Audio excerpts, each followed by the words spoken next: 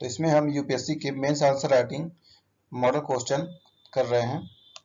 तो चलिए बढ़ते हैं, देखते हैं कौन सा क्वेश्चन आ जाए। तो इसमें GS1 का, इसमें भूगोल, इतिहास, संस्कृति और भारतीय समाज के टॉपिक पर होते हैं। तो आज का क्वेश्चन है भारतीय समाज की विविधता और बहुलवाद पर वैश्वीकरण के प्रभाव की चर्चा कीजिए। अपने उत्तर के समर्थन में उपयुक्त उदाहरण दीजिए। 150 शब्दों में इसको लिखना है। तो चलिए देखते हैं कि 150 शब्दों में कैसे किसी क्वेश्चन को टैकल किया जाता है। तो क्वेश्चन में सबसे पहले शुरुआत करना है भूमिका से, कि इसको इंट्रोडक्शन दे कि क्वेश्चन में क्या क्या रहा है। तो इसमें लगभग 40 से 50 शब्दों में लिखना होता है। तो इसमें दिया गया जैसे कि वैश्वीकरण वस्तुओं, सेवाओं, सूचना विचारों और प्रौद्योगिकी के आदान प्रदान के माध्यम से देशों और उनकी अर्थव्यवस्थाओं की बढ़ती अंतर संबंध और अन्योन्याश्रितता को संदर्भित करता है। वैश्वीकरण ने विभिन्न तरीकों से भारतीय समाज की विविधता और बहुलवाद को प्रभावित किया है।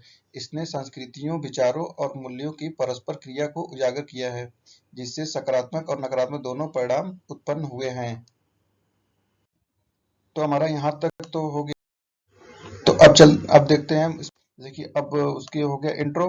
अब इसमें क्वेश्चन में एक्चुअली में पूछा क्या है, तो अब उसके मेन बॉडी लिखेंगे यहाँ पर। तो यहाँ पर दिया क्या गया है, सकारात्मक पक्ष में वैश्वीकरण ने सांस्कृतिक आदान प्रदान को सक्षम बनाया है। उदाहरण के लिए लोग विभिन्न प्रकार के भोजन का आनंद ले सकते हैं और दुनिया भर में बॉलीवुड फिल्म देख सकते हैं, जिससे उन्हें विभिन्न संस्कृतियों के बारे में जानने और उनके मतभेदों का सम्मान करने में मदद मिलती है।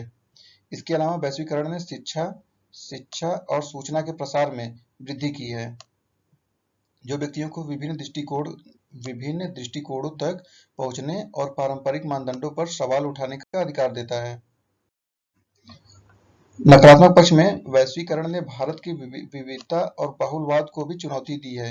पश्चिमी मूल्यों और उपभोक्तावाद के प्रभुत्व ने विशेष रूप से युवाओं के बीच स्वदेशी संस्कृतियों और परंपराओं को कमजोर कर दिया है।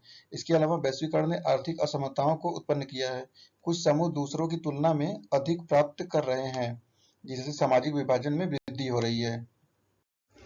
उदाहरण के लिए, अब इसमें मेन बॉडी में लिखने के बाद एक उदाहरण के रूप में सब स्पष्ट कर दीजिए। तो इसमें उदाहरण के रूप में क्या दिया गया है कि बहुराष्ट्रीय निगमों के उद्भव ने पश्चिमी जीवन शैली और उपभोक्ता जैसे विकल्पों को लाया है, जिसने भारतीय समाज के लक्ष्यों और उपभोग की प्रवृत्तियों को आकार दिया है। इसके परिणाम स्वरूप स्थानीय कारीगरों और शिल्पकारों का बहिष्कार हुआ है, जो बड़े पैमाने पर उत्पादित उत्पादों के साथ प्रतिस्पर्धा नहीं कर सकते हैं। अब सबसे लास्ट में उसके बारे में या तो आगे की राह या तो निष्कर्ष। तो निष्कर्ष लिखना ही है। तो इसका सारे क्वेश्चन को एक कंक्लूजन बनाकर निष्कर्ष लिखा जाता है। तो इसमें दिया गया है निष्कर्ष के रूप में, वैश्वीकरण ने भारतीय समाज की विविधता और बहुलवाद दोनों को बढ़ाया और खतरे में डाल दिया है, जबकि इसने सांस्कृतिक आदान प्रदान और जागरूकता को बढ़ावा दिया है। इसने कठिनाइयों और असमानताओं को भी पेश किया है। इसलिए भारत की समृद्ध सांस्कृतिक विरासत को बनाए रखते हुए वैश्वीकरण के लाभों को स्वीकार करने के बीच संतुलन बनाए रखना महत्वपूर्ण है। तो आई होप आपको ये क्वेश्चन समझ में आया होगा और कैसे आंसर इसका करना है। अगर आपको यह वीडियो पसंद आया हो तो इसे लाइक करें और चैनल को सब्सक्राइब करें।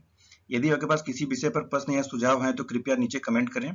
हमें आपके विचारों से बहुत खुशी होगी। अपने मित्रों और परिवार के साथ इस वीडियो को साझा करें ताकि वे भी इसे देख सकें। आप हमारे वीडियो को सूचनाएं प्राप्त करने के लिए बेल आइकन को दबाएं। आपके सहयोग के लिए धन्यवाद। हमें आपके सपोर्ट पर गर्व है। Thanks for watching.